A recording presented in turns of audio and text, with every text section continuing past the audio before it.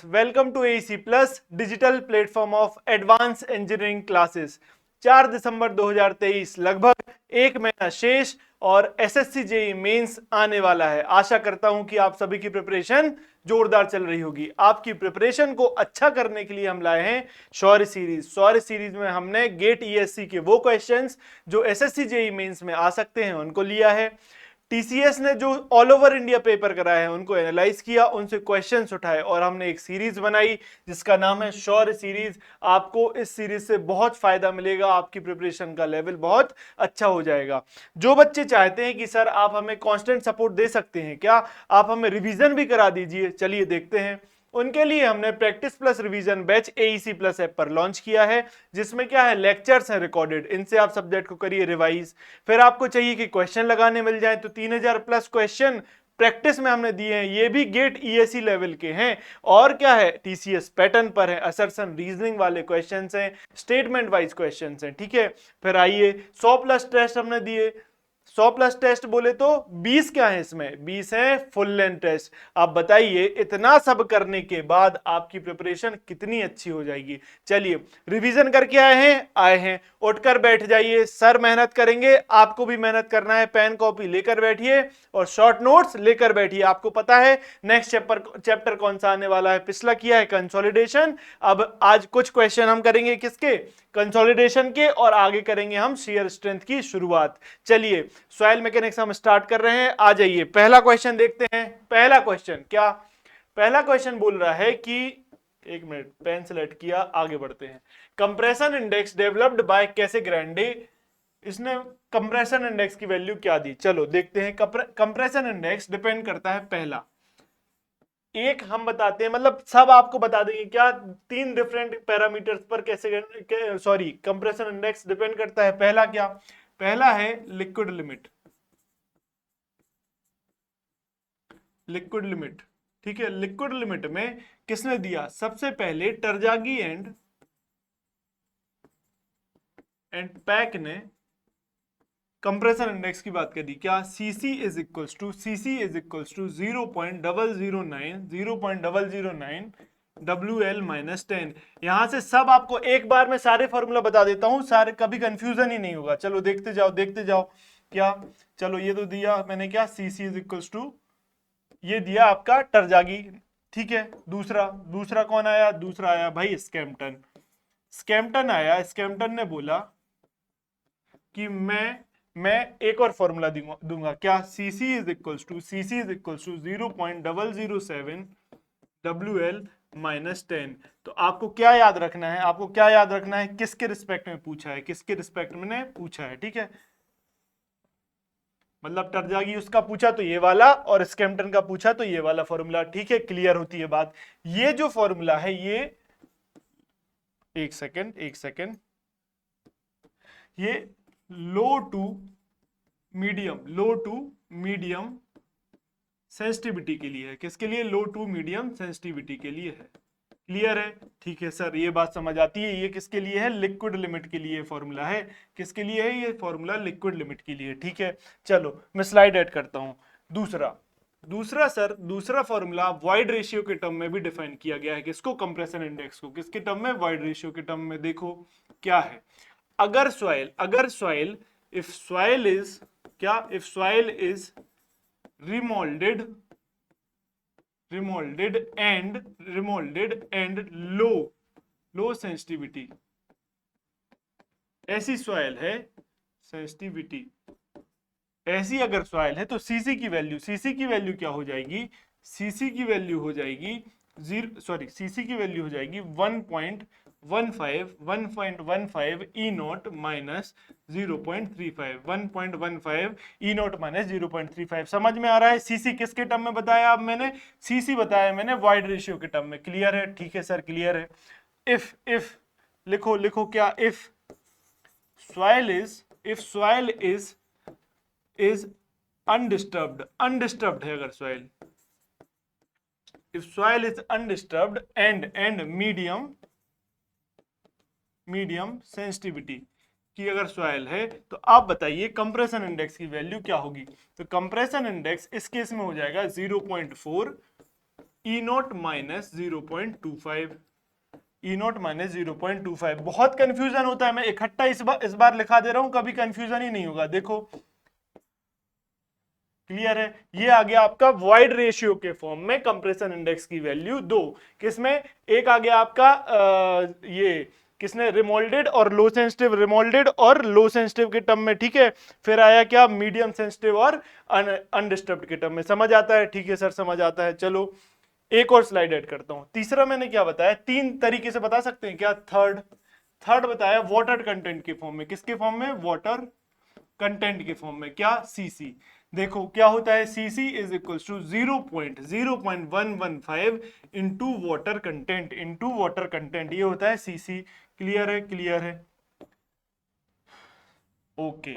चलो मैंने कितने फॉर्मूले बता दिए आपको, 2, 2, 4 और 1, 5, 5 फॉर्मूले बताए किसके, कंप्रेशन इंडेक्स की। बात समझ आती है, कैसे कैसे ग्राइंडर अपरेटस लगा के हम लिक्विड लिमिट निकालते हैं, वैसे कंप्रेशन इंडेक्स निकाल देते हैं। तो इसमें देखो कौन सा फॉर्मूला मिल रहा है, देखो तो 0.009 WL, LL मतलब लिक्विड लिमिट। इसको और क्या लिख सकता हूं, इसको और क्या लिख सकता हूं, इसको लिख सकता हूं मैं WL लिख सकता हूं, हाँ सर लिख सकते हो आप इसको WL, ठीक है। तो ये आंसर मिल गया बी। क्लियर है, आपको एक सवाल तो ठीक है, 5 सवाल और करा दिए, ठीक है। कंफ्यूजन अब हमेशा के लिए खत्म, सीसी की वैल्यू कब कौन सी लगानी है, ठीक है, ठीक है। चलो आगे बढ़ो, आगे बढ़ो। क्वेश्चन नंबर 2, 162, 160 सवाल कर चुके हैं पहले। देखो, if the coefficient of permeability is doubled and the coefficient of volume compression is simultaneously halved. चलो एक मैंने आपको फॉर्मूला बताया था, क्या, K is equals to CV MV gamma W। ये क्या है, K है coefficient of permeability, coefficient of permeability ये लिख दिया मैंने K। CV क्या है, कोफिशिएंट ऑफ कंसोलिडेशन, क्या, इसको लिख दिया मैंने CV, ठीक है। और MV क्या है, कोफिशिएंट ऑफ वॉल्यूम कंप्रेसिबिलिटी, तो इसको वॉल्यूम कंप्रेसिबिलिटी को क्या लिख दे रहा हूं मैं, MV। क्लियर है, गामा W तो आपको पता है, इससे तो आप खेलते हुए आए हो पीछे, क्या है, यूनिट वेट ऑफ वाटर। ये एक रिलेशन होता है, इसको आपको मैंने पहले भी बताया है, इधर भी पैक कर दे रहा हूं, आप याद रखिएगा, ठीक है, याद रखिएगा, ठीक है सर याद रखेंगे। चलो अब बोल रहा है कि पहले केस बनाते हैं, केस कल भी बनाया था लास्ट क्लास में, तो केस क्या बनाते हैं, देखो केस 1 में बोल रहा है कि पहले तो परमेबिलिटी के थी, ठीक है, परमेबिलिटी K1 क्या थी, के थी। पहले CV1 मतलब कोफिशिएंट ऑफ कंसोलिडेशन क्या था, CV था। MV मतलब कोफिशिएंट ऑफ वॉल्यूम कंप्रेसिबिलिटी कितनी थी, MV थी। और गामा W तो वाटर का है तो वो सेम ही रहेगा। केस 2 में क्या हुआ सर, केस 2 में क्या हुआ, एक मिनट रुको, केस 2 का कलर बदल दो, केस 2 का कलर बदल देते हैं। देखो केस 2 में क्या हुआ, क्या बोल रहा है, if coefficient of permeability is doubled, K2 कितना हो गया sir, K2 2 times of K हो गया पहले की अपेक्षा, ठीक है। कोफिशिएंट ऑफ वॉल्यूम कंप्रेसिबिलिटी मतलब MV2 कितना हो गया, MV2 हो गया आपका हाफ MV बाय 2, ठीक है। अब बोल रहा है कि कोफिशिएंट ऑफ कंसोलिडेशन में क्या फर्क आएगा, CV2 आपसे पूछ रहा है, CV2 क्या कर रहा है, आपसे पूछ रहा है। क्लियर है, समझ आती है बात, समझ आती है। इधर से आप क्या बोल सकते हो, इधर से आप बोल सकते हो इस रिलेशन से CV is equals to K upon MV gamma W, ठीक है। ये सर हम बोल सकते हैं इस रिलेशन से, इसको नीचे लेके आए, ठीक है। तो CV इज इतना है, तो CV1 और CV2 देखना। CV मैंने बताया था क्या है, CV क्या है, प्रॉपर्टी ऑफ सॉइल होती है। प्रॉपर्टी ऑफ सॉइल, जब एक ही सॉइल की बात कर रहे हैं तो सॉइल की प्रॉपर्टी चेंज होगी क्या, नहीं होगी। तो ये दोनों क्या हो जाएगा, बराबर हो जाएगा। CV1 is equals to CV2। एक सेकेंड, नो, ऐसे नहीं करना, आपको CV2 निकालना है। तो CV2 क्या होगा, एक मिनट, ऐसे नहीं, वो तो बात सही है कि प्रॉपर्टी सेम रहेगी, लेकिन पूछ रहा है CV2 निकालो, तो कैसे निकालोगे, K upon K2 upon MV2 into gamma W, ऐसे निकालोगे, हाँ निकालेंगे सर। K2 की वैल्यू क्या निकाली, K2 निकाला आपने 2K, ठीक है सर। MV2 कितना निकाला, MV बाय अपॉन 2 मतलब MV अपॉन 2 गामा W जाओ कहते हो, तो क्या हो जाएगा, ये क्या हो जाएगा, ये ऊपर जाएगा तो क्या 4 into K upon MV gamma W। आप बताइए K1 हो गया, K1 बराबर क्या होगा, अगर K अपन सॉरी CV1 की बात करें तो CV1 क्या हो जाएगा, एक मिनट रुको, एक मिनट रुको। CV1 क्या हो जाएगा sir? CV1 K upon MV gamma W हो जाएगा। इसी रिलेशन से CV1 तो इतना हो जाएगा। अब बताओ ये वैल्यू K1 के सॉरी CV1 के बराबर है? हाँ है। तो ये मैं इधर लिख रहा हूं, इसके बाद इधर लिख रहा हूं क्या, इधर लिख रहा हूं क्या, CV2 दूसरे कलर से लिख दे रहा हूं, कंफ्यूजन ही खत्म हो जाएगा। क्या? CV2 is equals to 4 times of CV1, 4 times of CV1। Clear है? बात समझ आई? ठीक है। तो मतलब क्या हो जाएगा, ये इंक्रीज्ड बाय 4 टाइम्स। क्या देखा आपने कि coefficient of consolidation increased by कितना? 4 टाइम्स। ठीक है, option number C is correct. समझ आई बात? समझ भाई कैसे अप्रोच करना है? आई बात समझ? चलो आगे बढ़ो, आगे बढ़ो। 163 क्या कह रहा है? इन 7 मीटर थिक सॉइल स्ट्रेटम, तो H0 initial thickness soil stratum की क्या दी है? 7 मीटर। लिख लिया। न्यूमेरिकल का क्या तरीका बताया है? गिवन डेटा तुरंत लिखते जाओ। ठीक है, with its initial void ratio E0 कितना दिया है आपके पास? 0.0440। Okay, the void ratio decreases to 0.3, तो ई कितना आ गया? E1 मतलब इतना डिक्रीज कर गया, कितना? 0.30 पर डिक्रीज होके आ गया। When the effective pressure on the stratum is increased by 1 kg per centimeter square, तो effective pressure मतलब कितना इंक्रीज हुआ? डेल्टा सिग्मा बार कितना इंक्रीज हुआ सर? हुआ 1 kg पर सेंटीमीटर स्क्वायर इंक्रीज हुआ। The consolidation settlement of the stratum will be, तो कंसोलिडेशन सेटलमेंट मतलब डेल्टा एच पूछ रहा है। सवाल क्या पूछ रहा है समझ आ गया? सवाल क्या पूछ रहा है समझ आ गया? ठीक है, आ गया। देखो डेल्टा एच जब डेल्टा सिग्मा बार के टर्म में क्या होता है, ये थोड़ा एक फॉर्मूला याद करो। क्या? डेल्टा एच डायरेक्ट फॉर्मूला भी कई बार पूछा गया है। क्या? Delta H is equal to H0, initial thickness है तो H0 MV डेल्टा सिग्मा बार, ये एक फॉर्मूला होता है, ये एक फॉर्मूला होता है। ठीक है, हमें पता है सर ये फॉर्मूला होता है।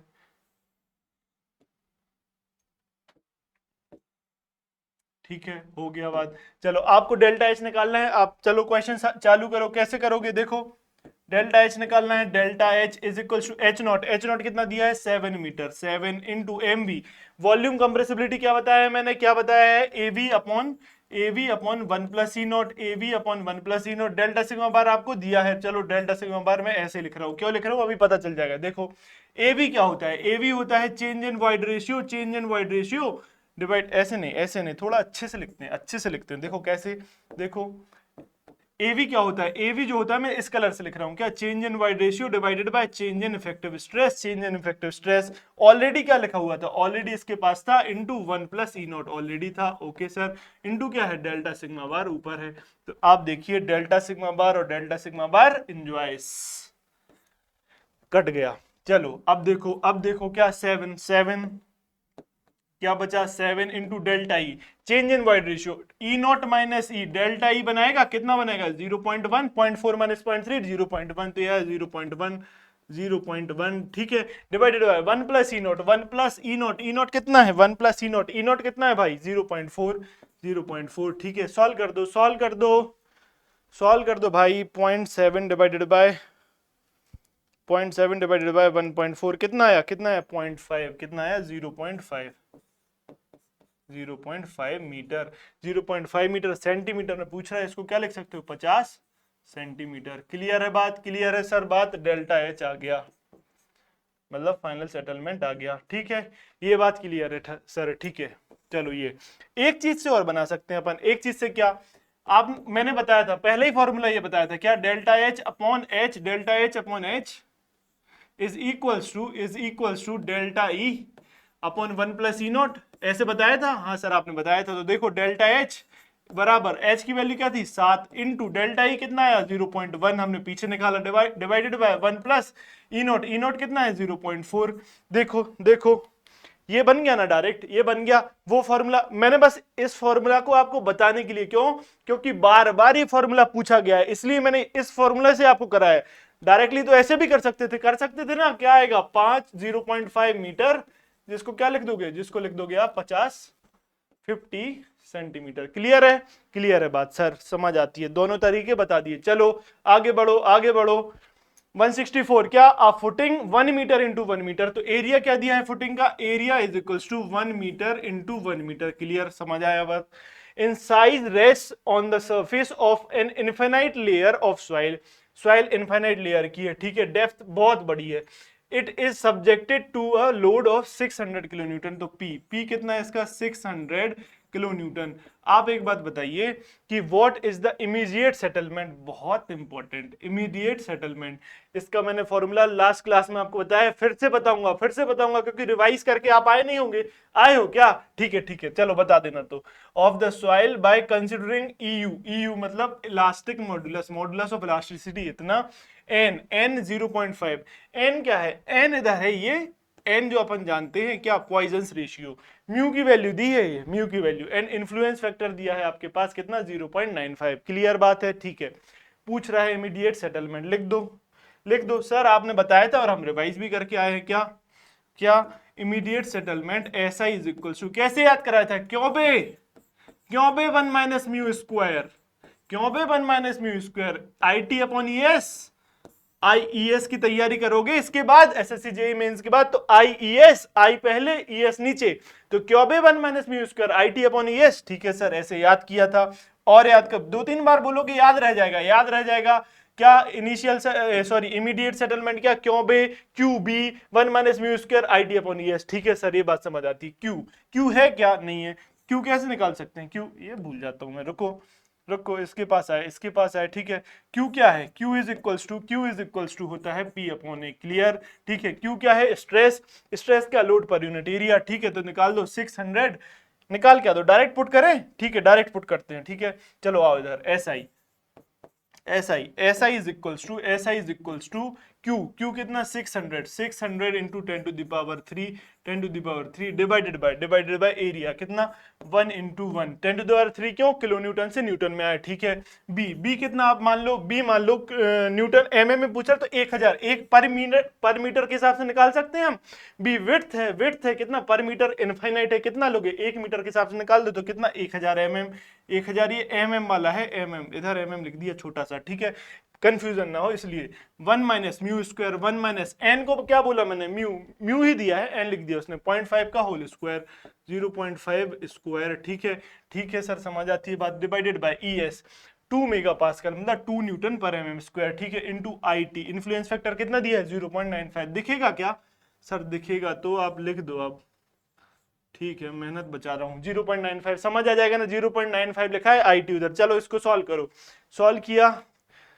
सॉल्व किया, देखो क्या, 600 into 10 to the power of 3 into 1000 into 1 माइनस 0.5 स्क्वायर ओके इंटू 0.95। ठीक है, ये आया कितना, एक सेकेंड, ये कुछ गड़बड़ तो हो रहा है, 2 मेगा पास्कल। ठीक है, 2 मेगा पास्कल। अब देखो मेगा पास्कल मतलब क्या, 10 टू द पावर 6 न्यूटन पर एमएम स्क्वायर, यही तो गड़बड़ हो रहा था।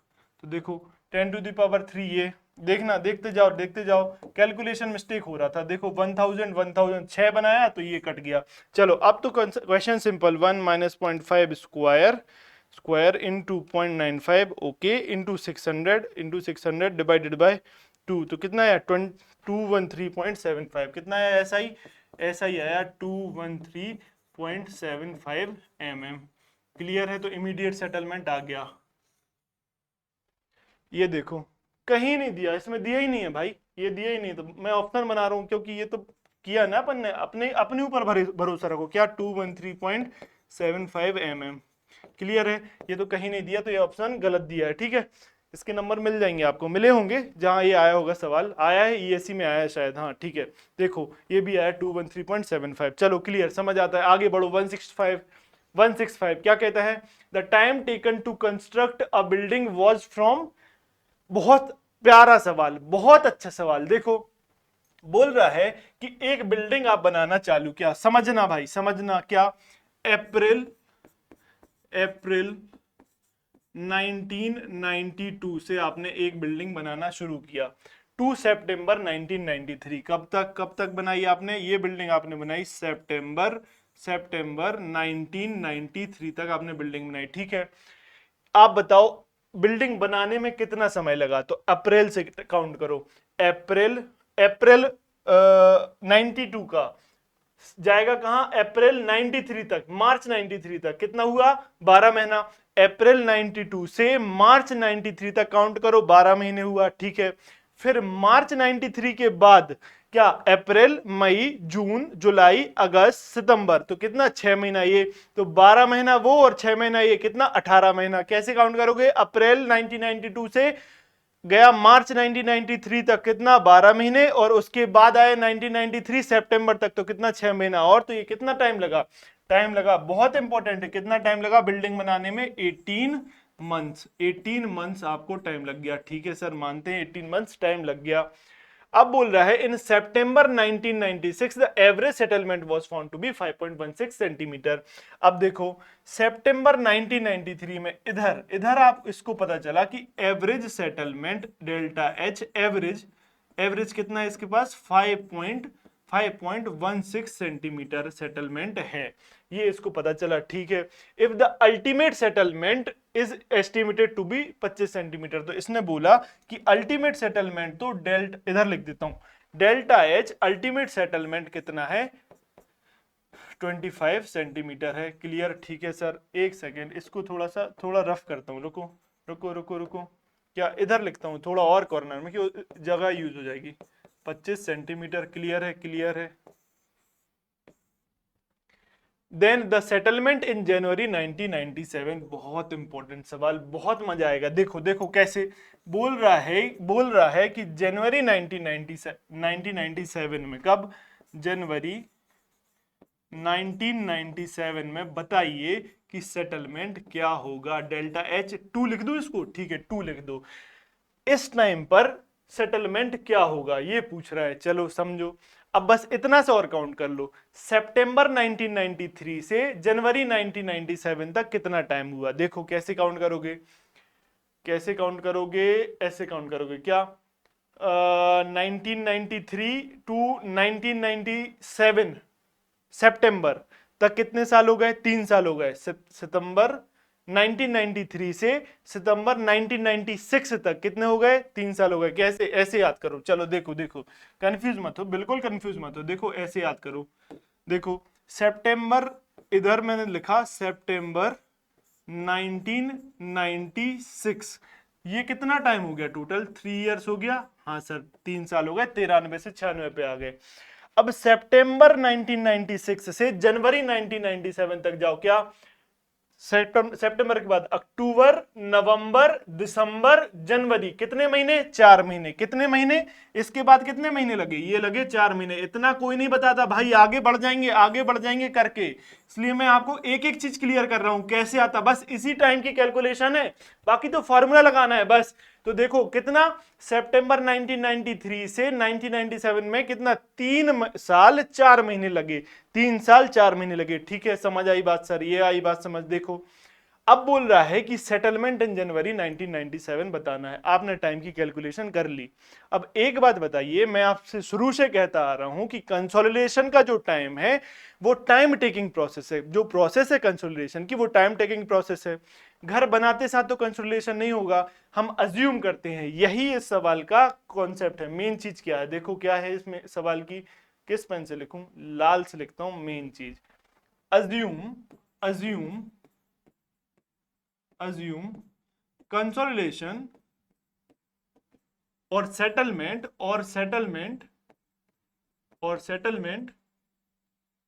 starts since नहीं, आफ्टर 6 months, 6 month नहीं सॉरी, आफ्टर हाफ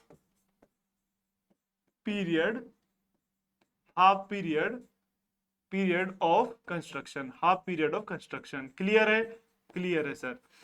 इसका मतलब क्या, जैसे कि 18 महीने कंस्ट्रक्ट होने में लगे, तो ये कह रहा है कि आप मान लो 9 महीने बाद इसका सेटलमेंट या कंसोलिडेशन होना चालू होगा। एक टाइम टेकिंग प्रोसेस है ना, तो हमने मान लिया कि 9 महीने बाद ये चालू हुआ, बस ये इसका क्या है, ये इसका एसेंस है, मतलब यही इंपॉर्टेंट है बस।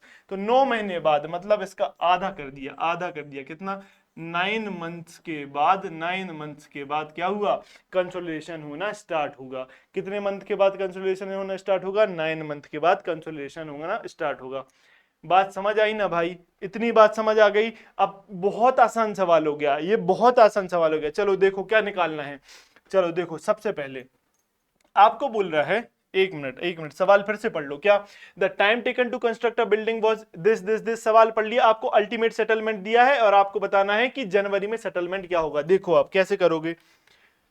देखो, अभी उसने बोला कि केस वन इधर इस टाइम पे सेटलमेंट है इतना, इस टाइम पे सेटलमेंट है इतना, ठीक है सर। तो डेल्टा यू परसेंट आप निकाल सकते हो, मतलब इतने टाइम तक कितना डिग्री कंसोलिडेशन हुआ ये आप निकाल सकते हो। हाँ सर, क्यों? आपने बताया था सेटलमेंट और फाइनल सेटलमेंट के बीच में चेंज इन थिकनेस, और फाइनल सेटलमेंट जो इनिशियल थिकनेस, सॉरी एक मिनट फिर से बोल रहा हूं, change in thickness divided by initial thickness का रेशियो आपने हमें बताया है कि percentage of degree of consolidation दे देता है, ये आपने बताया है, ठीक है। तो इससे आप निकालो यू परसेंटेज। कैसे निकाला? डेल्टा एच कितना है? 5.16 डिवाइडेड बाय 25 इंटू 100, ठीक है। अब बस फॉर्मूला लगाना है, आपने कॉन्सेप्ट सीख लिया। 5.16 डिवाइडेड बाय 25 इंटू 100 कितना हुआ? 20.64 कितना हो गया? 20.64% यू परसेंट आपके पास आ गया। इसका मतलब क्या? इसका मतलब क्या? इधर तक सितंबर 1993 तक कितने डिग्री कंसोलिडेशन हो गया? 20.64% डिग्री कंसोलिडेशन हो गया, ठीक है। ये भी बात समझ आती है, ठीक है। चलो, इससे आप क्या निकाल लोगे? इससे क्या निकालोगे? देखो, एक सेकंड, ये ऐसे करो, ऐसे करो। अरे एक मिनट भाई, ठीक है, मैं कलर चेंज करता हूं, एक मिनट रुको, दूसरी चीज लिख रहा हूं मैं। क्या लिख रहा हूं? देखो देखो देखो, अब बताओ आप इतना कंसोलिडेशन होने में कितना टाइम लगा? आपने जानते हो टीवी इज इक्वल्स टू होता है CVT by D square. CVT by D square, Terzaghi का छोटा सा टीवी, ठीक है। टीवी क्या हो जाएगा जब 40% मतलब U percentage less than equals to 60% होता है, तो टीवी क्या हो जाएगा? टीवी हो जाता है pi by 4 U percent square is equals to CVT by D square. ये हो जाता है, ये हो जाता है। आप जानते हो ये, ठीक है सर, हम जानते हैं। देखो, तो आप बताओ इसकी वैल्यू कितनी हो जाएगी? इसकी वैल्यू कितनी हो जाएगी? देखो, pi by four, 20.64 whole square divided is equals to CV by D square into T. T की वैल्यू क्या है? आप बताओ, यही तो मेहनत की है हमने। टी की वैल्यू इधर तक आने में, इधर तक कहां तक आने में? सितंबर 1993 तक आने में 9 मंथ से स्टार्ट किया, तो 9 मंथ है ना टी की वैल्यू, ठीक है। 9 मंथ है तो कितना हो गया? ये कितना हो गया सर? ये हो गया, एक मिनट, चलो देखो, क्या डेल्टा एच एवरेज सितंबर 1996 में कितना दिया है? 1996 में डेल्टा एच एवरेज दिया है 5.16 सेंटीमीटर, ठीक है सर। डेल्टा एच एवरेज इतना इतना दिया है, तो कब? ये 9 मंथ, ये मतलब 9 मंथ बोले तो 0.75 ईयर्स, 0.75 ईयर्स। इसके बाद भी ये 9 मंथ, और ये 3 ईयर्स के बाद कंसोलिडेशन सेटलमेंट कितना हुआ? 0.5, सॉरी सेटलमेंट हुआ 5.16 सेंटीमीटर, ठीक है, ठीक है सर। तो आप देखो, आप बताइए कि कितना टाइम हुआ? टाइम, इसमें टाइम कितना लग रहा है? इधर आया टाइम 3.75, ठीक है। तो सी वी बाय डी स्क्वायर की वैल्यू कितनी आ गई आपके पास? कैलकुलेट करो, कैलकुलेटर कहाँ है आपका? कैलकुलेट करो, कितना आया? ये आया pi pi by 4 into 20.64 square divided by 3.75 which is equals to 89.22। ये आया सीवी बाय डी स्क्वायर की value, CV by D square की वैल्यू, ठीक है, ठीक है सर, ये आई बात समझ में। अब आपने ये निकाल लिया, तो अब आप बताइए, चलो एक मिनट रुको, एक मिनट रुको। अब पूछ रहा है जनवरी 1997 में क्या होगा, तो इधर तक टाइम कितना हो जाएगा? इधर तक टाइम कितना हो जाएगा? देखिए, 0.75 ईयर ये, 3 ईयर्स ये, ऐसा मान लो 9 मंथ ये, 3 ईयर्स ये, और 4 ईयर्स ये, तो 9 मंथ प्लस 4 मंथ कितना हुआ? 13 मंथ। 13 महीने में से एक महीना घटाए तो क्या? 12 महीने, 12 महीने का बन गया 1 साल, तो 3 साल और 1 साल, 4 साल, बचा 1 महीना। 1 महीने को ईयर में कन्वर्ट करो, कैसे करोगे? 1/12, कैसे करोगे? 1/12। चलो मैं इसका टाइम कैलकुलेशन लिख दे रहा हूं, इधर तक का टाइम कैलकुलेशन इधर लिख रहा हूं। क्या? 9 month plus 3 year plus 4 month, ठीक है। इसके बराबर क्या होगा, 9 + 4 इज 13 मंथ प्लस 3 ईयर, ठीक है सर। 13 मंथ को क्या लिख सकते हो, 13 मंथ को क्या लिख सकते हो, 12, 1 + 12 मंथ, 12 मंथ क्या हो गया, 1 ईयर बन गया, 1 ईयर बन गया, प्लस 3 ईयर तो था आपके पास, 3 ईयर था, ये क्या है, मंथ में है। तो 1 मंथ को कैसे निकालोगे, तो 1/12 कितना कर दोगे, ये क्या होता है, 1/12 इज 0.083। टोटल कितना हो गया, ये 3 साल 1 साल मतलब 4.083 ईयर्स। क्लियर है, बस ये कैलकुलेशन आपको आनी चाहिए, समझ आता है, समझ आया ना, ये कैलकुलेशन आपको आनी चाहिए, ठीक है। चलो आगे बढ़ो आगे बढ़ो। तो टाइम 1997 में कितना हो गया आपके पास, जनवरी में 4.083 ईयर्स, ठीक है। चलो आगे बढ़ते हैं, क्या आपको निकालना है, क्या यू परसेंटेज मैंने क्या बताया आपको, यू परसेंटेज मैंने बताया है क्या, कंसोलेशन, डिग्री ऑफ कंसोलेशन क्या होता है, delta H divided by H into 100, ठीक है। तो यू परसेंटेज निकालो, क्या, डेल्टा एच आपको निकालना है, डेल्टा एच आपको निकालना है, एच कितना दिया है 25, एच दिया है 25 इंटू 100। आपको यू परसेंट पता चल जाएगा तो क्वेश्चन सॉल्व हो जाएगा, हाँ सर हो जाएगा। तो देखो यू परसेंट कैसे निकालोगे, देखो U percentage is equals to होता है टीवी इज इक्वल्स टू होता है π/4 यू परसेंट का स्क्वायर, ठीक है सर। टीवी क्या है, टीवी सर हमने देखा CVT/d², ठीक है सर। CV/d² आपने पीछे निकाल के दे दिया, कितना 89.22, कितना 89.22, ठीक है। और टाइम कब टाइम, इस जगह पे जनवरी 1997 में आपने टाइम भी बता दिया, 4.083 ईयर्स, 4.083 ईयर्स, कितना 4.083 ईयर्स, ठीक है। तो ये तो आ गई वैल्यू, ये क्या है π/4 यू परसेंट स्क्वायर, ठीक है। तो यू परसेंटेज यहां से निकाल दो, क्या आएगा देखो जल्दी, क्या आएगा 89.22 इंटू 4.083, ठीक है। Clear into 4 divided by pi under root answer, okay. तो ये आया 21.53%, ठीक है। ये भी क्या बताता है, यू परसेंट की value less than equals to 60% है। ये करेक्ट है कि हमने अज्यूम किया था टीवी π/4 यू परसेंट स्क्वायर होगा, ये करेक्ट है, ये हमने अज्यूम किया था। अगर ये वैल्यू ग्रेटर देन 60 होती तो फॉर्मूला बदल जाता, क्या होता, मैं एक स्लाइड बाद बता दूंगा, ये सवाल लगा लो पहले। यू परसेंट कितना आ गया 21.53 delta H divided by 25 into 100, solve करो भाई, सॉल्व करो, फटाक से सॉल्व करो, कितना आया, into 25 divided by 100 which is equals to 5 delta H is equals to 5.38 centimetre. देखो भाई खोजो, आंसर है क्या ये 5.38 है, अप्रोक्सीमेटली हम कह सकते हैं 6 सेंटीमीटर, क्या हो जाएगा, आंसर हो जाएगा। चलो आंसर टिक करो 6 सेंटीमीटर। समझ आई बात क्या, सबसे पहले फिर से समझ लो, अप्रैल 1992 से 1993 का टाइम निकाल लिया, क्या कंस्ट्रक्शन के समय कितना आया 18 मंथ आया, ठीक है। उसके बाद हमने ये अज्यूम किया कि 9 मंथ बाद कंसोलिडेशन मतलब सेटलमेंट होना चालू होगा, तो आपने ये अज्यूम कर लिया। उसके बाद बोल रहा है कि सितंबर 1996 में 5.16 सेंटीमीटर का इधर सेटलमेंट हुआ, तो पहले इधर तक आने के लिए आपने परसेंटेज युग निकाला, उसकी मदद से क्या CV/d² की वैल्यू निकाली, टाइम तो आपने कैलकुलेट कर लिया, कितना इधर तक के लिए कितना टाइम आएगा 3 ईयर्स 0.75 मंथ्स, मतलब 3.75 ईयर्स आपको लग गए। उसके बाद पूछ रहा जनवरी 1997 में निकाल दो, तो इधर तक का टोटल टाइम आपने निकाल लिया, कितना 4.083, सिमिलर प्रोसेस लगाया, आपकी वैल्यू आ गई 6 सेंटीमीटर। समझ आती है, ठीक है सर, समझ आती है बात। चलो यहां मैं बार बार बोल रहा हूं कि U percent less than equal to 60% होगा, तभी टीवी की वैल्यू कितना π/4 यू परसेंट स्क्वायर होगी।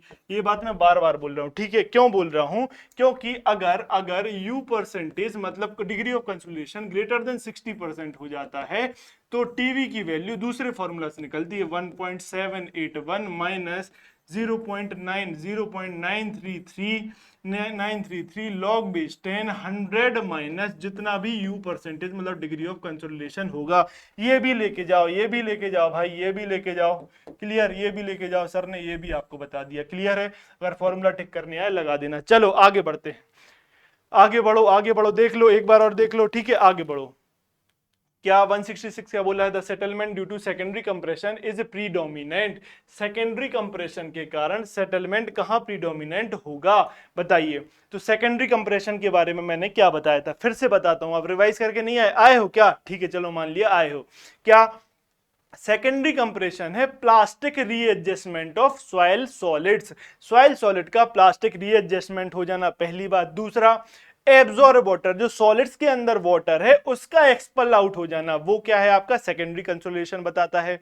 अब आप एक बात बताइए, जो प्लास्टिक रीएडजस्टमेंट कैसे होगा? जब सॉइल का सॉलिड कंप्रेस होगा, और अगर सॉइल का सॉलिड ज्यादा कंप्रेसिबल क्वालिटी का है, मतलब किसकी क्वालिटी कंप्रेसिबिलिटी बताती है? ऑर्गेनिक मैटर है। अगर ऑर्गेनिक मैटर की कैरेक्टरिस्टिक्स क्या है? वो जल्दी से कंप्रेस हो जाएगा। तो आप एक बात बताइए, उसका कंप्रेशन जल्दी होगा, मतलब उसका प्लास्टिक रीएडजस्टमेंट क्या होगा? जल्दी होगा। तो ऑर्गेनिक मैटर अगर प्रेजेंट है किसी भी सॉइल में, तो उसमें सेकेंडरी कंप्रेशन क्या होगा? जल्दी और ज्यादा मिलेगा।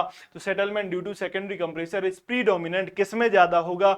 ऑर्गेनिक क्लेज में ज्यादा होगा। बात समझ आई? ठीक है सर, बात समझ आई। आगे बढ़ते हैं, चलो आगे बढ़ो। देखो 167 क्या कह रहा है? In an unconfined compression test. चलो भाई, लगता है कंसोलिडेशन खत्म। क्या आ गया भाई? नया टॉपिक आ गया, शेयर स्ट्रेंथ। इसके शॉर्ट नोट्स उठा लो, फटाफट उठा लो। इसके शॉर्ट नोट्स उठा लो, नहीं है तो बूस्टर उठा लो या हैंडबुक उठा लो। चलो उठो।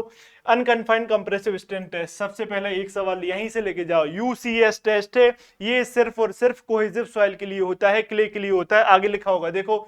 ऑन अ सैचुरेटेड क्ले, बहुत बढ़िया, ऑन अ सैचुरेटेड क्ले में हो रहा है। The undrained shear strength was found to be 6 ton पर मीटर स्क्वायर। तो अनड्रेन्ड शियर स्ट्रेंथ मतलब CU, अनड्रेन्ड शियर स्ट्रेंथ दी है कितनी? 6 टन पर मीटर स्क्वायर। क्लियर बात है? ठीक है sir. If a sample of the same soil is tested in undrained condition in triaxial compression at cell. देखो, दो टेस्ट की बात करी इसने किया। पहले अनकन्फाइंड कंप्रेसिव स्ट्रेंथ टेस्ट किया, दूसरा इसने टेस्ट किया क्या? ट्राइएक्सियल टेस्ट किया, दूसरा टेस्ट किया। ठीक है, अब बोल रहा है कि सेल प्रेशर, इस केस में सेल प्रेशर किससे रिप्रेजेंट करते हैं हम? सिग्मा 3 से। शॉर्ट नोट्स उठाइए, सिग्मा 3 से क्या? 20 टन पर मीटर स्क्वायर। ठीक है, then the major principal stress at failure will be. Major principal stress at failure पूछ रहा है, सिग्मा 1 की वैल्यू आपको बतानी है। क्लियर बात समझ आई? हाँ सर, बात समझ आई। चलो कैसे करोगे, कैसे करोगे? देखो, अनकन्फाइंड कंप्रेसिव स्ट्रेंथ ने आपको CU की वैल्यू दे दी, इसने तो आपको CU की वैल्यू दे दी। ठीक है, चलो आप वो पूछ रहा है कि आप बताइए कि सिग्मा 1 क्या होगा। तो हमने एक चीज पढ़ी है क्या? Family equation. क्या पढ़ा है? फैमिली इक्वेशन हमने पढ़ा है। क्या पढ़ा है? Family equation. कैसे? Sigma 1 is equals to sigma 3 10 square 45 plus 5/2, okay, plus 2C 10 45 plus 5/2। ये आपने पढ़ी है सर? हाँ सर, ये तो पढ़ी है, तो याद करके रखी है, ये तो बहुत इंपॉर्टेंट है। हाँ सर, ये बहुत इंपॉर्टेंट है। ठीक है, ओके ओके, ये बहुत इंपॉर्टेंट है, तो ये याद कर लेना है। चलो, सिग्मा 1 ही तो आपसे पूछ रहा है, पुट कर दो। क्या? Sigma 1 is equals to, colour change किया, कलर चेंज किया, ये वाला लिया। सिग्मा 1, सिग्मा 3 की वैल्यू दी है 110 स्क्वायर। अब आप एक बात बताइए, सैचुरेटेड क्ले है तो फाई की वैल्यू क्या? 0 हो जाएगी? हाँ सर, हो जाएगी। सैचुरेटेड क्ले में phi angle of internal friction होगा क्या? नहीं होगा, फाई की वैल्यू 0। ओके, 2C की वैल्यू दी है 6 टन पर मीटर स्क्वायर। सिमिलरली इधर भी क्या हो जाएगा? 45 प्लस फाई की वैल्यू 0, मतलब एंगल ऑफ इंटरनल फ्रिक्शन 0। क्यों? क्योंकि ये सैचुरेटेड क्ले मतलब कोहेसिव सॉइल, उसमें फाई की वैल्यू 0 होती है। चलो आगे डन करो। Sigma 1 is equal to 110 square 45 1 हो जाएगा, ये हो जाएगा इंटू 1 प्लस 2C 6 12, ये क्या हो जाएगा? 45 10 स्क्वायर, ये 1 हो गया। क्या आ गया आंसर? क्या आया आंसर? क्या आया? एक मिनट पीछे देखो, पीछे ये सिग्मा 320 दिया था, मैं 100 क्यों लिख रहा हूं यार? ब्लंडर है ये, ब्लंडर हो गया बाबा।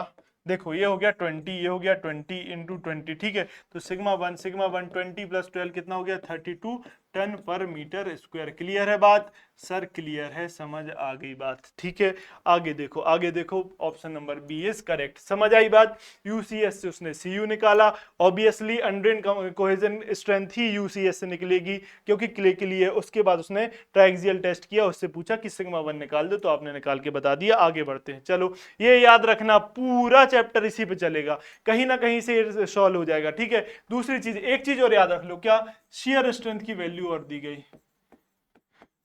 शियर स्ट्रेंथ का फॉर्मूला भी दिया गया। क्या शियर स्ट्रेंथ का फॉर्मूला दिया गया? Tau is equals to C plus sigma N bar tan phi, sigma N bar tan phi, tau is equals to C plus sigma N bar tan phi की value, ये formula भी दिया गया। Clear, ये याद रखो। अब मैंने बोला सिग्मा एन बार का मतलब इफेक्टिव स्ट्रेस, ये किसने दिया? ये टरजागी ने दिया। कूलम ने इफेक्टिव स्ट्रेस की बात नहीं की, मोर कूलम ने भी तो दिया था ये फॉर्मूला, उसने इफेक्टिव स्ट्रेस की बात नहीं की थी, उसने बस सिग्मा एन लेके छोड़ दिया था। क्या टोटल स्ट्रेस की बात करी थी। ठीक है, टरजागी ने इफेक्टिव स्ट्रेस की बात करी, तो मैंने इस पर सिग्मा एन बार लगा दिया। चलिए आगे बढ़ो, ये भी दो फॉर्मूला बहुत इंपॉर्टेंट है। आगे बढ़ो, क्या laboratory vane shear test, vane shear test बात आ गई, सवाल लेके जाओ लेके जाओ। वेन शियर टेस्ट किसके लिए करते हैं? क्ले कोहेजिव सॉइल के लिए करते हैं। किसके लिए करते हैं? क्ले के लिए किया जाएगा वेन शियर टेस्ट। डन, यहां सीख गए आप। Apparatus is used to determine the shear strength of a clay sample. बहुत बढ़िया, सवाल ही एक सवाल सिखा के जा रहा है। And only one end of the when, बहुत इंपॉर्टेंट। सर आप तो क्या टिक कर देते हो, आप कीवर्ड टिक कर देते हो। कैसे?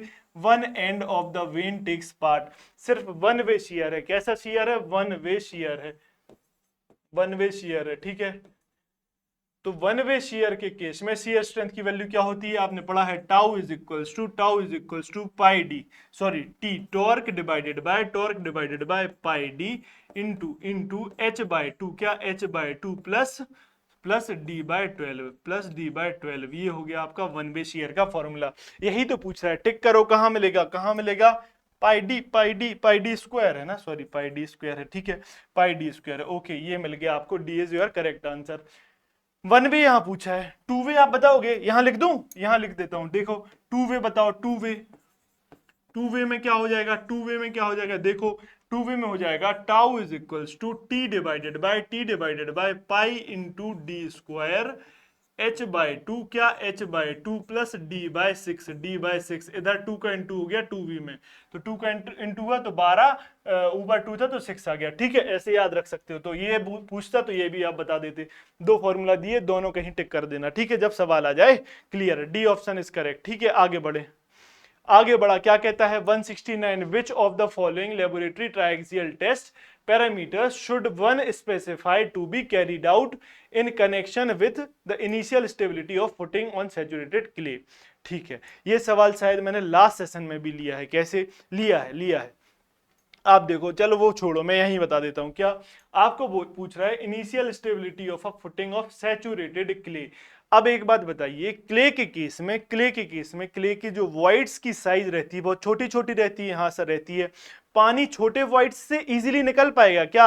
नहीं निकलेगा। क्या होगा सर? बहुत टाइम लेगा निकलने में। ठीक है, बहुत टाइम लेगा निकलने में। अब बताइए, पानी निकलने की प्रोसेस को हम क्या बोलते हैं? एक्सेस पोर वाटर की रिलीज होने की प्रोसेस को हम बोलते हैं कंसोलिडेशन। क्ले के केस में वो कंसोलिडेट हो रहा है क्या? इनिशियल मतलब शुरुआती टाइम में नहीं हो रहा है। क्यों सर? इसमें तो बहुत टाइम लगेगा। तो क्या अनकंसोलिडेट टेस्ट यूज होगा?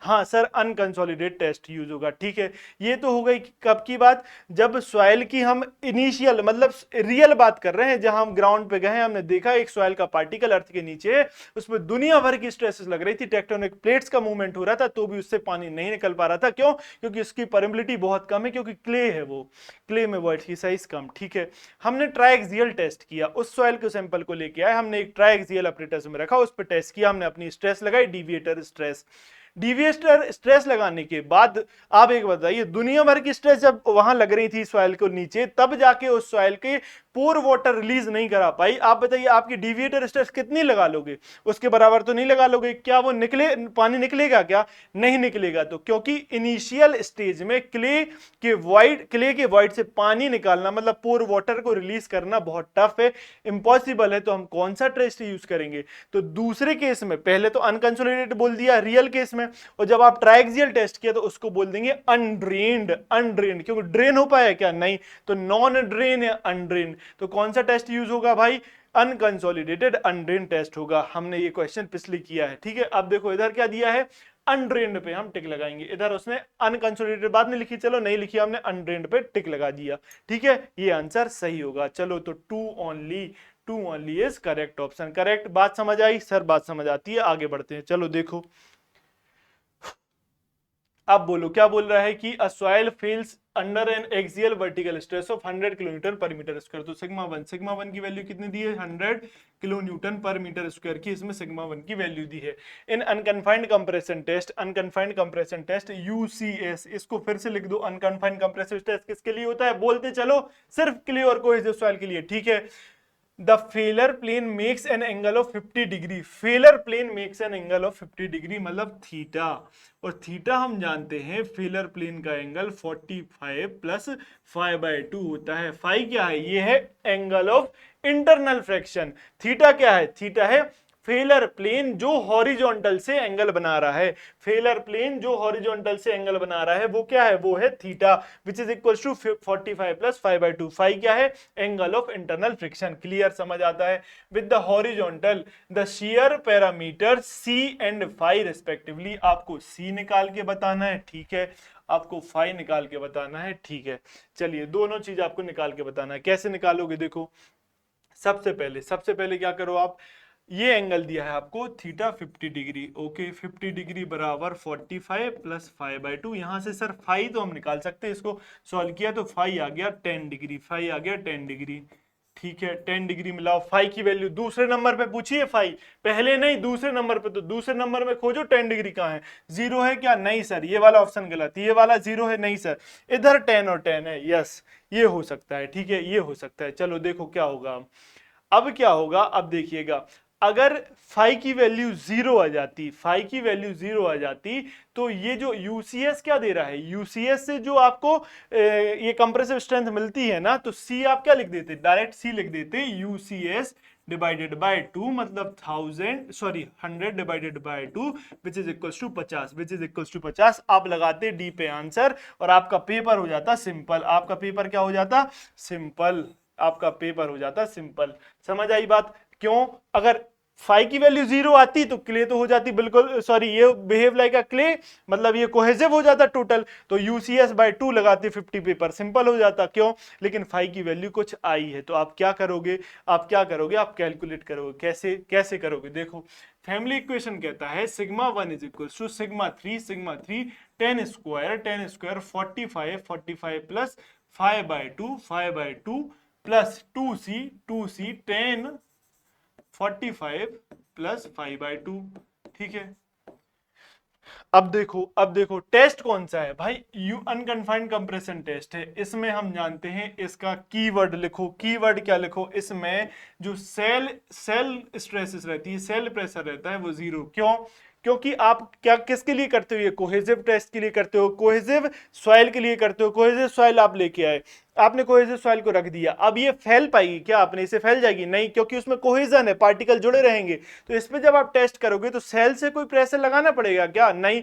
ट्राइएक्सियल टेस्ट में हम जो सॉइल लेके आ रहे थे वो दोनों के लिए है, कोहेसिव के लिए भी, कोहेजन लेस के लिए भी, वहां कोहेजन फैल जाएगी अपने आप, तो आप क्या सेल प्रेशर से उसको जोड़ के रखते, तो अनकन्फाइंड कंप्रेसिव स्ट्रेंथ सिग्मा 3 की वैल्यू क्या होती है, 0 होती है, ठीक है सर ये भी समझ आया। सिग्मा 1 क्या है, सिग्मा 1 उसने 100 दिया है, सिग्मा 3 की वैल्यू 0, तो ये पूरा टर्म 0, 2c तो हमें निकालना है 10 45 प्लस 5 क्या निकाला आपने, 10 निकाला बाय 2, बाकी यहाँ डायरेक्ट 50 भी लिख सकते हैं, क्यों, ये तो थीटा है, यही तो थीटा था, ठीक है सर। तो हमने देखो सॉल्व किया तो 100 डिवाइडेड बाय आया 2, okay, whole divided by 10 50 degree, कितना आया आपके पास, सी की वैल्यू आ गई 41.95 टन पर मीटर स्क्वायर। क्लियर है, टन पर मीटर स्क्वायर या किलो न्यूटन पर मीटर स्क्वायर, किलो न्यूटन पर मीटर स्क्वायर, क्या किलो न्यूटन पर मीटर स्क्वायर, ठीक है, ओके। ढूंढो, सी पहले लिखा है तो सी हमने पहले देखा, तो option number C is correct.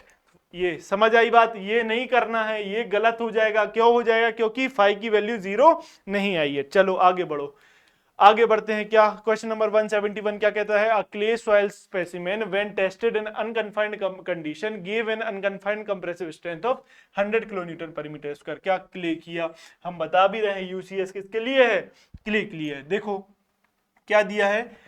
Compressive unconfined condition give an unconfined compressive strength of 100 kilonewton पर मीटर स्क्वायर। तो यूसीएस कितना दे दिया उसने? 100 किलोन्यूटन पर मीटर स्क्वायर दे दिया। ठीक है सर, ये भी आई बात समझ में।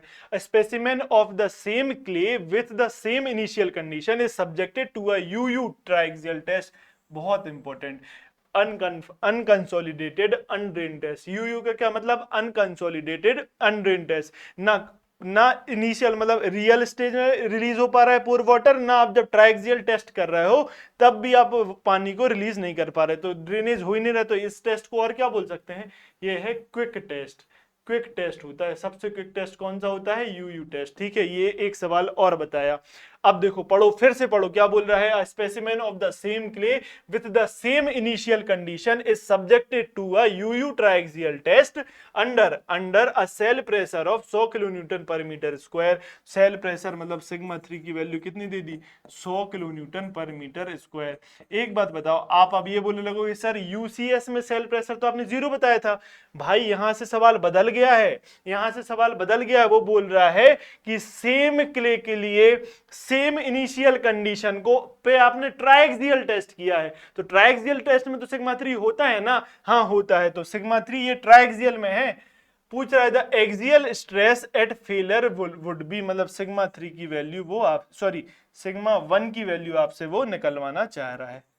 क्वेश्चन आपको समझ में आ रहा होगा, क्वेश्चन आपको समझ में आ रहा होगा। ठीक है, मैं समझता हूं कि आपको समझ में आ रहा है। देखो कैसे करोगे, करो, सिंपल सी बात है। फैमिली इक्वेशन लगा दो। सिग्मा 1 बराबर sigma 3 10 square 45 plus 5/2 45 plus 5/2 plus 2c 10 45 plus 5/2।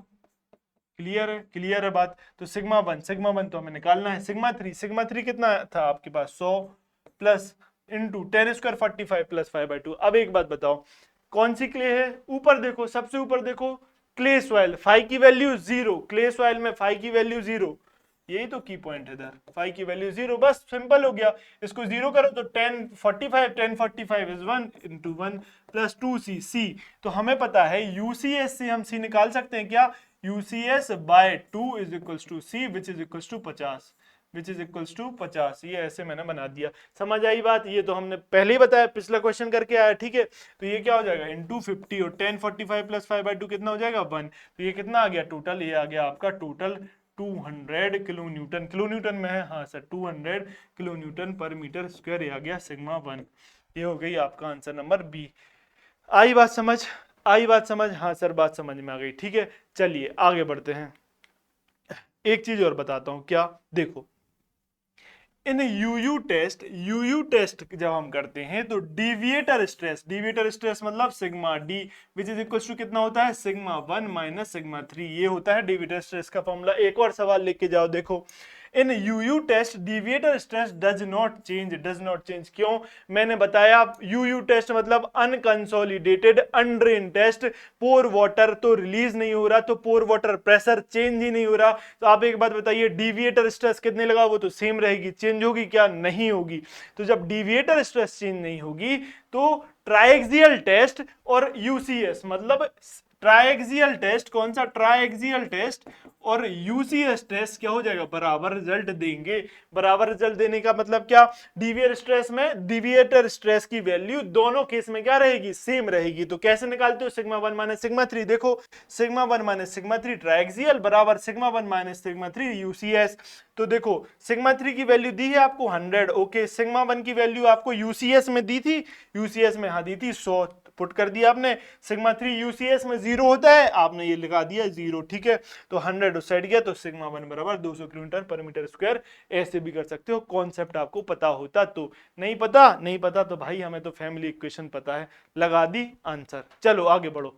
क्या 172 क्या कह रहा है? In if S is the shear strength C इतना and phi are shear strength parameter and sigma N is the normal stress at a failure. तो Coulomb's equation, Coulomb ने effective stress की बात नहीं करी थी, किसकी बात करी थी? कूलम ने टोटल स्ट्रेस पैरामीटर की बात करी थी, ठीक है, फॉर शियर स्ट्रेंथ। चलो मैंने पहले ही मेहनत कर लेता हूं इसलिए पहले बता दिया, क्या टाउ इज इक्वल्स टू होता है सी प्लस सिग्मा एन बार। आएगा क्या? नहीं आएगा, क्यों? क्योंकि ये तो कूलम ने दी है कितना, 10 phi, C plus sigma N 10 phi. तो ये आपको बताना है, ढूंढ लो कहां है टाउ, इन्होंने एस बोल दिया है, नोटेशन कुछ भी लिख दो एस। तो देखो क्या सी बराबर सिग्मा एन को इस साइड ला तो माइनस हो जाएगा, हाँ माइनस हो जाएगा, तो बी आंसर आ जाएगा, ठीक है। बी आ गया समझ में, समझ आता है, ठीक है सर आता है, आगे बढ़ो आगे बढ़ो। क्या A and B are Skempton pore pressure coefficient, नया टर्म आया, क्या स्कैम्पटन का पोर प्रेशर पैरामीटर, ठीक है। स्कैम्पटन ने चेंज इन पोर प्रेशर की बात करी, क्या बात करी? तो उसने बोला delta U change in pore pressure होता है बी इंटू क्या, बी इंटू, एक मिनट, क्या delta sigma 3 plus A into sigma 1 minus sigma 3। Delta क्या होता है? डेल्टा नहीं था इधर, sigma 3 plus A into sigma 1 minus sigma 3। ये उसने बात करी, किसने? स्कैम्पटन ने, ठीक है। ये उसने एक फॉर्मूला दिया, ओके।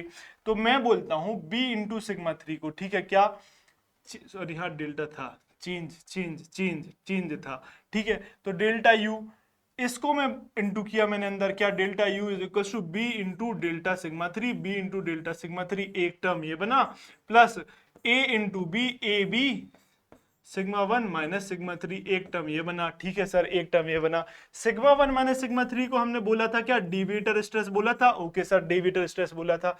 इधर मैं एक डेल्टा सिग्मा 1 और डेल्टा सिग्मा 3 और लगा दे रहा हूं, क्या मैं चेंज दर्शाना चाहता हूं, क्या ये तो ठीक है वैसे भी लिख सकते हो, मैं चेंज बताना चाहता हूं कि चेंज इन डेविएटर स्ट्रेस से कितना पोर वाटर प्रेशर चेंज हुआ, ये चेंज इन सेल प्रेशर, ये सिग्मा 3 क्या थी, cell pressure, change in cell pressure से कितना पोर वाटर प्रेशर चेंज हुआ, ये मैं आपको बताना चाहता हूं। तो देखो क्या हुआ, मैंने क्या किया, इस वाले टर्म को लिख दिया u1, क्या लिख दिया u1, और ये जो टर्म है टोटल, इसको लिख दिया मैंने क्या, u2, क्या लिख दिया u2। तो देखो क्या, डेल्टा लगा दूं, चेंज बता रहा हूं तो डेल्टा लगा दिया, ठीक है सर लगा दिया। तो देखो delta u1 is equal to क्या, b into delta sigma 3, b into delta sigma 3। तो b क्या आया, b क्या है, स्कैम्पटन का पोर प्रेशर पैरामीटर है, कितना आया, delta u1 divided by delta sigma 3, okay ठीक है सर। तो b क्या बताता है sir, change in pore pressure with respect to change in cell pressure. तो पोर प्रेशर में कितना, पोर वाटर प्रेशर में कितना चेंज आया जब आपने सेल प्रेशर को चेंज किया। बात आई समझ? हाँ समझ आती है बात, ठीक है। u2 क्या बता रहा है, देखो u2 बता रहा है, इधर ही बता रहा हूं, क्या डेल्टा u2 मतलब change in pore pressure with respect to change in deviator stress, deviator stress को चेंज करने से कितना क्या आया, पोर प्रेशर में चेंज हुआ। वो कौन बता रहा है, वो ए बता रहा है। ए क्या बता रहा है, ए बताता है कि change in pore water pressure with respect to change in deviator stress, और बी क्या बताता है, change in pore pressure with respect to change in cell pressure. इसमें क्या होता है, जब सॉइल सैचुरेट हुई, एक मिनट रुको, क्या सैचुरेटेड के केस में, एक मिनट, ये तो मैं ये कलर नहीं लिख रहा हूं, रुको, सैचुरेटेड पानी, तो सैचुरेटेड है अगर सॉइल, तो B की वैल्यू क्या हो जाएगी, B की वैल्यू हो जाएगी 1, ठीक है। और अगर ड्राई है सॉइल, ड्राई सॉइल है तो किसकी वैल्यू, B की वैल्यू हो जाएगी 0, क्लियर, ठीक है समझ आता है सर। सैचुरेटेड सॉइल है तो जितना सेल प्रेशर होगा उतना ही क्या होगा, पोर प्रेशर, क्यों, वॉइड्स पानी से भरे तो पानी डिवाइडेड पानी, तो क्या हो जाएगा आपका B is equal to 1। Dry soil है तो पोर प्रेशर हो पाएगा क्या, 0, क्यों, पोर वाटर प्रेशर, वाटर का ही तो प्रेशर है, जब सॉइल ड्राई हो गई तो वाटर है नहीं, तो B की वैल्यू 0। ये बात समझ आई, हाँ बात समझ आई। पूछ रहा है सैचुरेटेड नॉर्मली कंसोलिडेटेड क्ले, पूछ रहा है ये सवाल तो अभी है ही नहीं, सवाल पे तो आई नहीं, मैंने आपको बस बताया। सवाल में पूछ रहा है नॉर्मली कंसोलिडेटेड क्ले के लिए ए की वैल्यू क्या होगी, तो ए की वैल्यू होती है 0.5 टू 1 के बीच में। नॉर्मली कंसोलिडेटेड क्ले के लिए ए की वैल्यू 0.5 टू 1 के बीच में होती है। इसका मतलब क्या, ए की वैल्यू लेस देन 1 होगी, ठीक है सर, होती है नॉर्मली कंसोलिडेटेड सैचुरेटेड, एक शब्द और आएगा क्या, सैचुरेटेड क्ले के लिए ए की वैल्यू लेस देन 1 होगी, समझ आई? ठीक है सर, आई। वो पूछ रहा है दोनों स्कैम्पटन पैरामीटर बताओ, तो ए की वैल्यू लेस देन 1, ठीक है मैंने बताया, क्योंकि 0.5 भी थी, 0.5 से 1 तो मतलब लेस देन 1, ठीक है। बी की वैल्यू सैचुरेटेड सॉइल के केस में 1, तो A less than 1, B equals to 1। आई बात समझ? भाई समझ आई है। चलो आगे बढ़ते हैं, चलो आगे बढ़ो, आगे बढ़ो। क्या 174 बोल रहा है, dry sand specimen is put through a triaxial test, the cell pressure is 50 kilo pascal. चलो फटाफट लिखो, ड्राई सैंड, ड्राई सैंड मतलब सी की वैल्यू 0, पकड़ो तुरंत कीवर्ड्स पकड़ो, ठीक है। ट्राइक्सियल टेस्ट कर रहे हैं, ट्राइक्सियल टेस्ट कर रहे हैं मतलब फैमिली इक्वेशन का यूज आएगा। सेल प्रेशर कितना दिया है, सिग्मा 3, सिग्मा 3 की वैल्यू दी है 50 किलो न्यूटन पर मीटर स्क्वायर, ठीक है, किलो पास्कल। ओके फिर दे रहा है कि एंड द डिविएटर स्ट्रेस मतलब सिग्मा डी, सिग्मा डी कितना दे रहा है आपको एट फेलर, कितना 100 किलो पास्कल, ठीक है 100 किलो पास्कल है। तो सिग्मा वन क्या हो जाएगा, सिग्मा 3 प्लस सिग्मा डी, यही तो होता है। सिग्मा डी क्या होता है, सिग्मा 1 माने सिग्मा 3। ओके एक मिनट, ये लो प्लस ऐसा बना दिया, ठीक है सिग्मा डी, ठीक है। तो सिग्मा 1 कितना हो जाएगा, 150।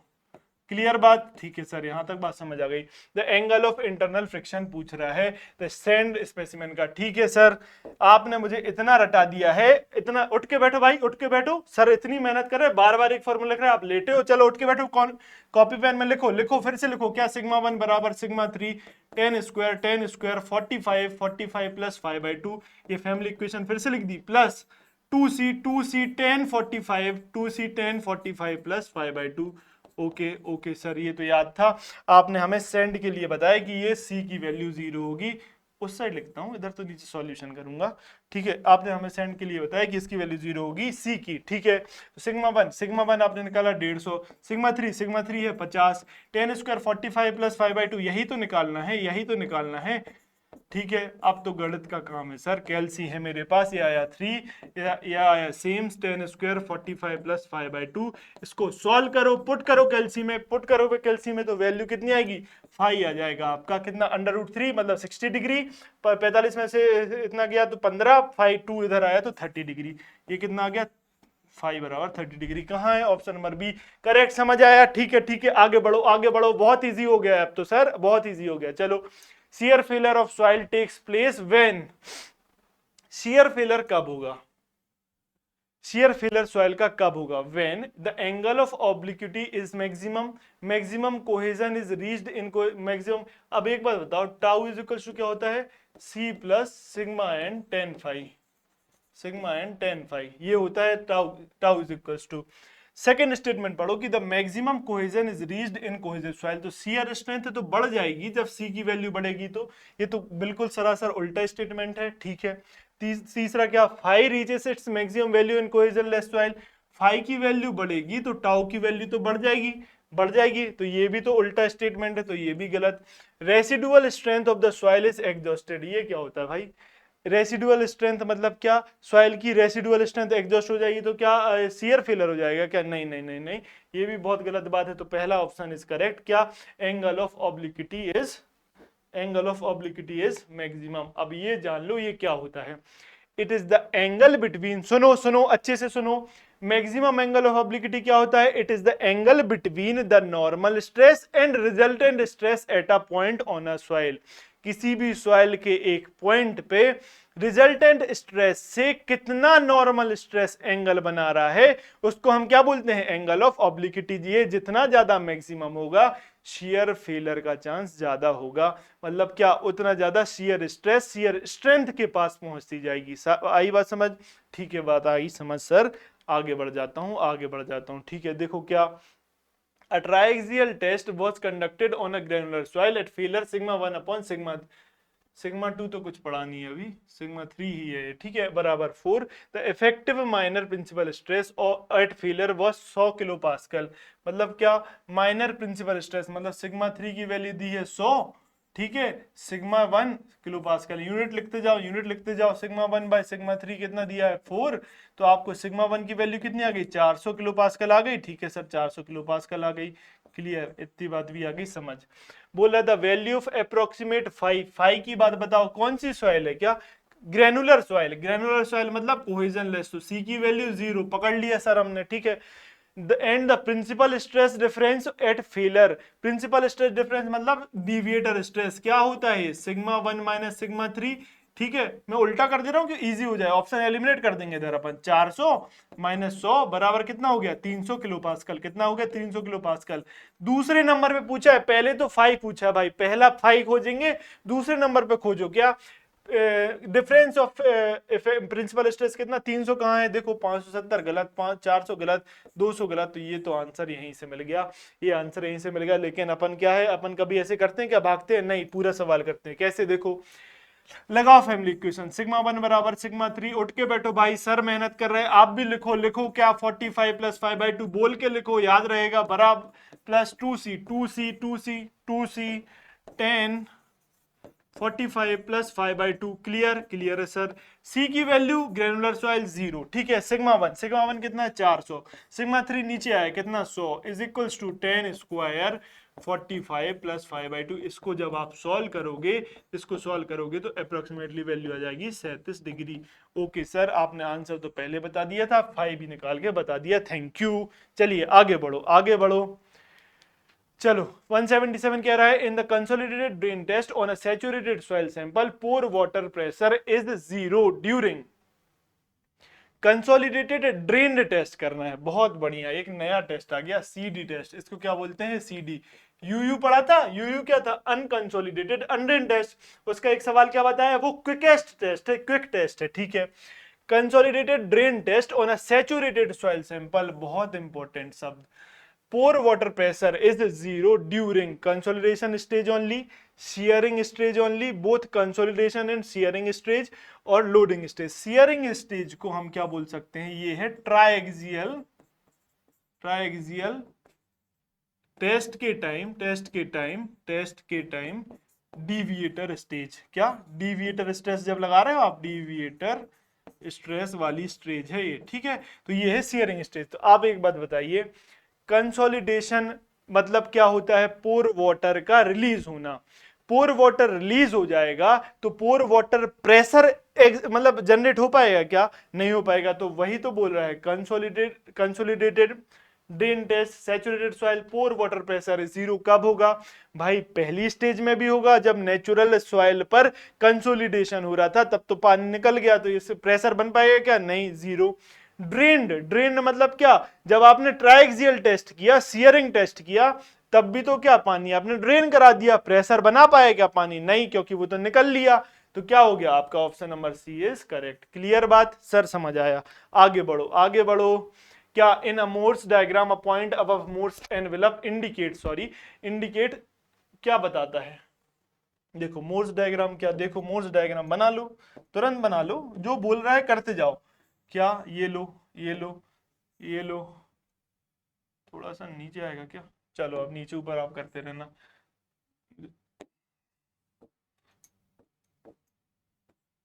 ठीक है, ये लो मोर सर्कल किस किस का है भाई, ये शियर स्ट्रेंथ टाउ और नॉर्मल स्ट्रेस के बीच में ग्राफ बताता है मोर सर्कल, ठीक है सर, ये बात समझ आई। आपने मोर सर्कल फॉर एग्जांपल ये बनाया, किसके लिए बनाया, ये क्या दिया है, किसी के लिए नहीं, आपने एक जनरल बताया। ये होता है एक इंटरसेप्ट, ये होता है, इधर होता है इंटरसेप्ट, इधर से आपने एक इंटरसेप्ट इधर से ड्रॉ किया, ठीक है। ये हो गया एक पॉइंट, जब ये पॉइंट है, ये पॉइंट बताता है कि यहां पर मोर फेलर एनवेलप, ये कौन सा एनवेलप हो गया, मोर फेलर